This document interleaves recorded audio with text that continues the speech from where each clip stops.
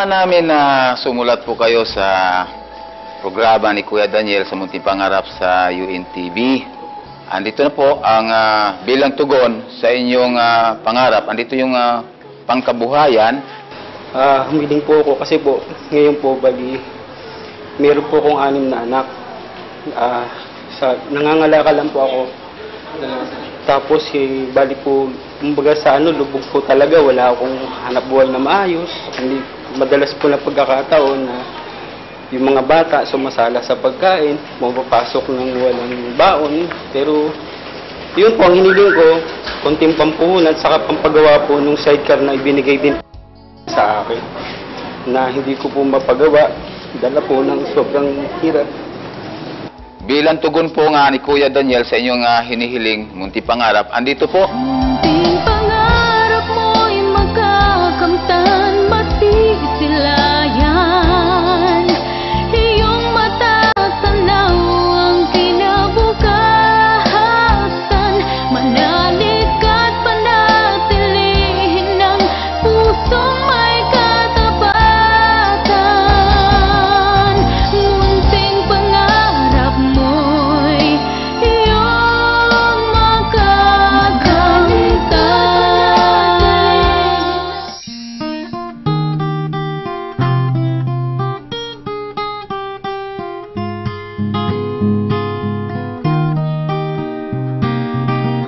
Nung araw na yon, expect ko po, may trabaho na ipagagawa sa akin yung isang kakilala ko. So hoping na, sabi ko nga po sa misis ko, alis muna ako kasi may kakausapin akong tao. Tapos nung siguro 1 hour ako naghintay sa admin, pinatawag na ako.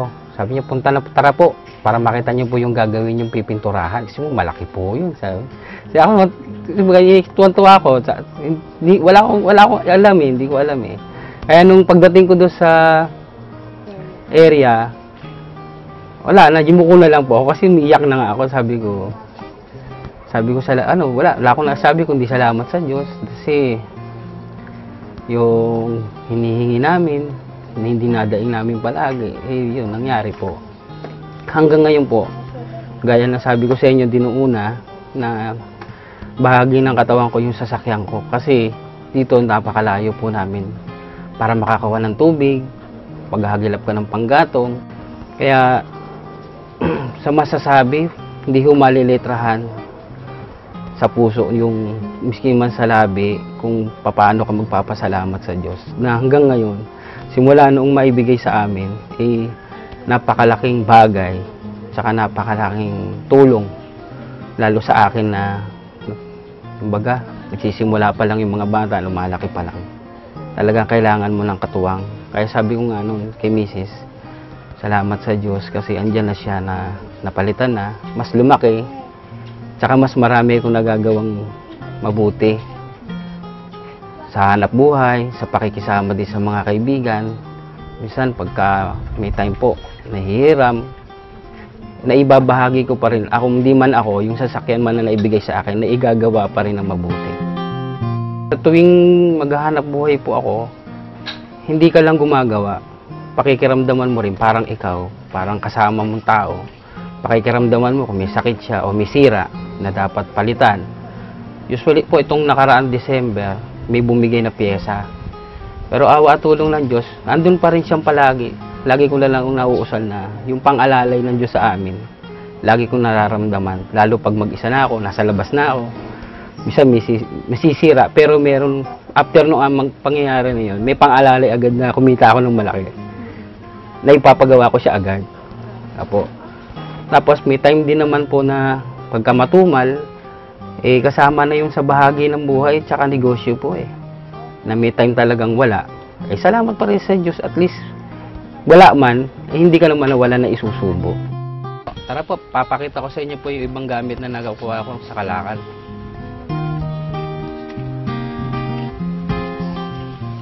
Ito po yung mga nabili kong gamit kanina.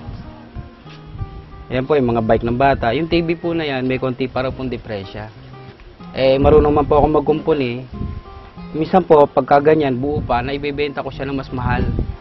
Tapos itong kala na to, kung gagawa ka ng pugon, magagamit mo siya pang frame. Yan po yung radyo, pwede pa raw po. Yan. Tapos ito pong mga kahoy na to, pangkukumpuni ko po yan dito, loobin ng Diyos, pagka po may panahon na rin ako. Pangpapalit po doon sa mga, lona lang po kasi ito yung dingding namin. Apo, dito po, yan. Yan po mga bangkuan na yan, magagamit mo siya, lalagyan mo lang ng patungan yan, paa, pwede meron ka ng bench na upuan.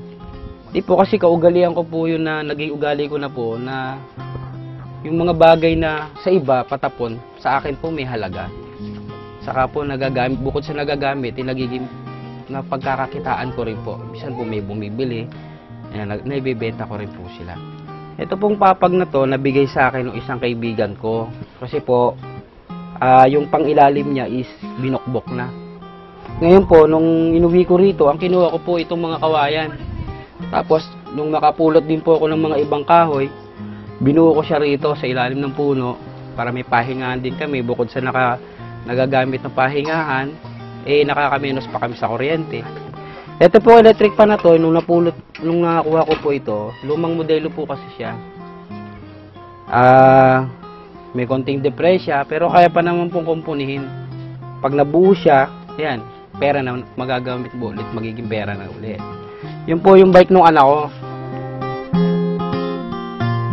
Ito po yung bike ng anak ko na naging bunga na rin po nung munting pangarap sa amin. Bali, ito po ginawa ko sa kanya.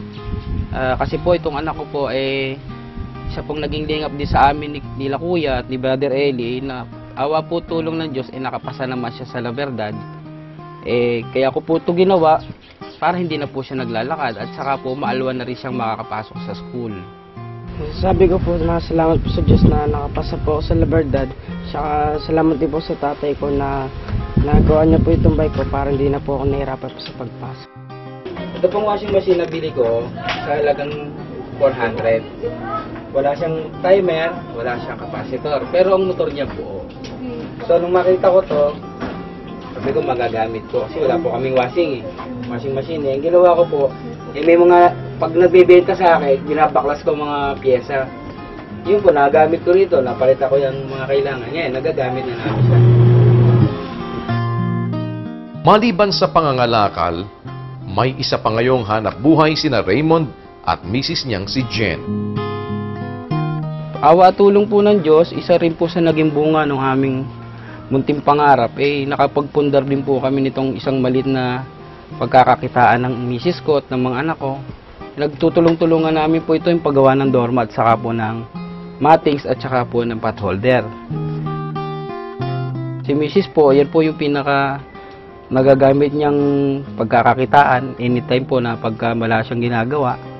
Isa po sa part-time na gawain niya, yan po yung paggawa po ng doormat at saka ng potholder. Pati po yung mga anak ko, isa po siya si Hob, ay marunong na rin po silang maggawa po kahit potholder. Malaking bagay po kasi na idadagdag pa rin po namin sa pangangailangan namin. So sabi ko sa mga anak ko, kahit maliit na pagkakakitaan, malaking bagay din po yon. Saka mas maganda po yung wala kang inaagrabyado kaysa naman yung kahit maliit lang, nakakatulong po sa lahat ng bagay. Apo, mas masarap kainin yung pinagpapagalan po. Ito pong frame na to, ito po matings na ginagawa namin. Yung pong ginagawa ni Mrs. Doormat lang po yan. Ito po yung order po, ino-order po to sa amin. Matings po ito, pwedeng higaan. Kahit ilang oras, umubos po kami rito ng mga 5-4 na oras pagbubuo nito. Ano po ito, ang benta po namin nito is 150. Kinukuha sa amin 150 na din, pinapasa po nila sa iba na 200, ganyan. Nagpapasalamat po ako sa Panginoon at ipinagkaloob po sa amin itong munting pangaran ni Kuya Daniel, ni Brad Eli. At ito po yung pinagkakakitaan ko pag naging bunga po ng munting pangarap.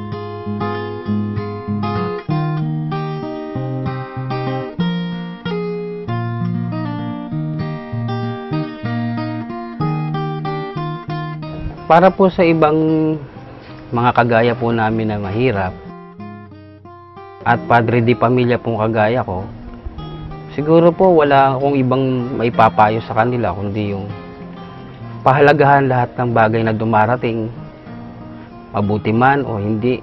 Kasi po yung masama, minsan nakapagtuturo po sa atin yun kung paano natin gagawin pa yung iba na kung may darating pa mang problema, paano tayo babangon. At kung may dumating mang biyaya na galing sa Panginoon, bigyan natin ng halaga. Konting barya man o malaking pera, huwag tayong maging kampante na bukas meron pa. Kundi maging sapat sa lahat ng mga bagay na dumarating at pahalagahan. Kasi unang-una po may mga pamilya, may mga anak tayo, meron pang ibang bagay at ibang tao na nangangailangan para sa atin. Saka po, isang bagay pa rin ang laging tatandaan, sa kagaya ko pong padre di pamilya, pahalagahan mo yung magiging malapit ka sa Diyos. Una sa lahat ng bagay na pagising mo sa umaga, naging ugali ko na rin po kasi na iasa ko lahat sa Diyos yung aking pangangailangan. Pero hindi naman po ako tumitigil na gagawa. Kasi useless din naman na gagawa ka, pero wala ka namang Diyos sa buhay. Mas mainam na gagawa ka, iasa mo sa Diyos, siya bahala. Yun nga po, bilang isang tao na may hangad ka rin naman sa buhay, sa tulong po ng Diyos, pinagsisikapan ko na magawa, maiahon kami, lalo na yung mga anak ko, at mapalago yung aking pinagkakakitaan. Hindi ko po masabing munti kasi po nakakabuhay ng pamilya. Kung munti lang, oo para sa mayaman, munti yun. Pero sa aming mahirap, kayamanan po yun Kaya po yung nabigyan ako, wala po akong masabi. Kasi kayamanan yun na ibigay sa amin. Ang katunayan po, sa araw-araw na papasok yung mga bata, doon ko kinukuha lahat. Pati sa mga pangangailangan. Ang ano ko lang po, pangarap din ng puso ko na isang araw mapalago ko siya at makaigawa ko pa rin na mabuti gaya ng aral sa atin ni Kuya Daniel at ni Brother Eli, na makapagbigay tayo, maging biyaya tayo sa ibang kasama o ibang mamamayan din na naghahanap din ng lingap ng Diyos. Kasi po, para sa akin, yung time na mabigyan ako ng munting pangarap, nakaranas ako ng isang lingap muli ng Diyos.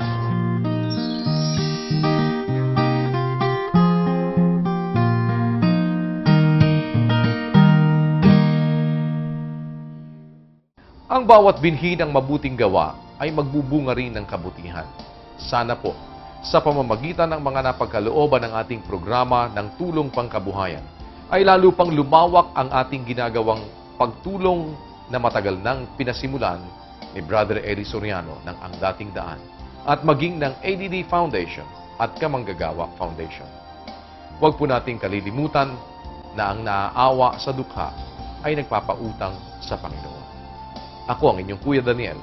Sa darating na Lunes, sa kalooban ng Diyos, kami ay muli ninyong makakasama sa pagbuo ng inyong mga munting pangarap.